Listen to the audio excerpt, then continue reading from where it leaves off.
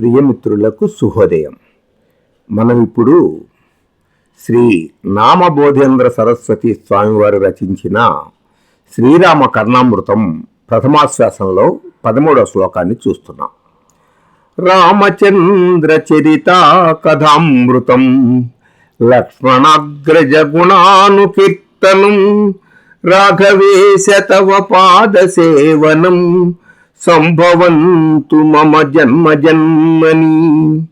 రామచంద్ర చరిత కథామృతం లక్ష్మణాగ్రజ గుణానుకీర్తనం రాఘవేశ తవ పాద సేవనం సంభవంతు మమ జన్మ జన్మని.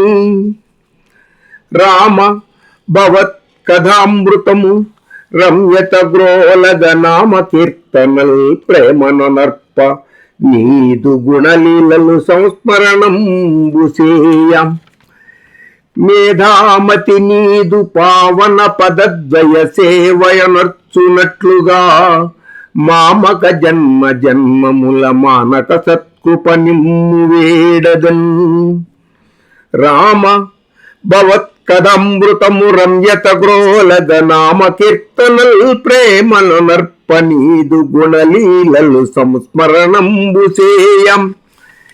మేధామతి నీదు పావన పదద్వయ సేవయనర్చునట్లుగా మామక జన్మ జన్మముల మానక సత్కృప నిమ్ము వేడెదన్.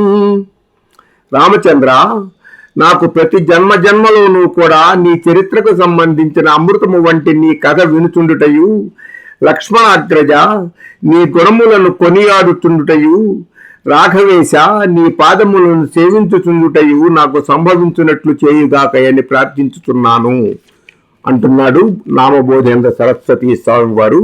స్వస్తి.